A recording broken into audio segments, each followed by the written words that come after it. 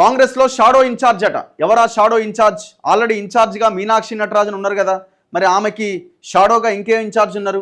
ఆయన కనుసన్నల్లోనే పార్టీ సమీక్షలట. నటరాజన్ కన్నా ఎక్కువగా హడావుడి, వివరాలు ముందు ఆయనకే ఇవ్వాలని కండిషన్, ఆ తర్వాతే ఇన్ఛార్జ్తో రివ్యూ మీటింగ్స్, అసహనం వ్యక్తం చేస్తున్న నేతలట.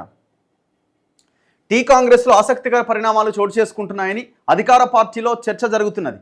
పార్టీలో ఒక కీలక నేత షాడో ఇన్ఛార్జిలా వ్యవహరిస్తున్నారనే ఆరోపణలు వినిపిస్తున్నాయి. కొన్ని రోజులుగా ఆయన హడావుడి ఎక్కువైందని పార్టీ నేతలు అసహనం వ్యక్తం చేస్తున్నారు. ఇన్ఛార్జ్ మీనాక్షి నటరాజన్ హైదరాబాద్లో కాలు పెట్టినప్పటి నుంచి తిరిగి ఢిల్లీ వెళ్లే వరకు సదరు లీడర్ చేస్తున్న హంగామా అంతా ఇంతా కాదనే చర్చ సాగుతోంది. ఏఐసీసీకి సన్నిహితంగా ఉన్నాను అనే కారణంతో ప్రతి రివ్యూలో ఆయన కూర్చుంటున్నారట. అసలు ఎవరాయన, ఏందా పేరు అన్నరా, జర లీక్ అనియొచ్చు కదా. ఏఐసీసీ ఆదేశాల సొంత నిర్ణయమా?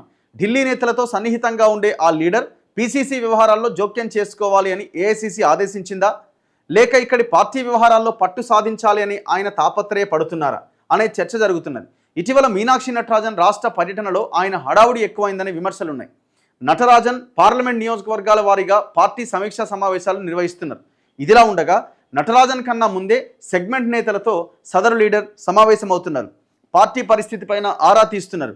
ఆ వివరాల ఆధారంగానే మీనాక్షి రివ్యూ చేస్తున్నారు.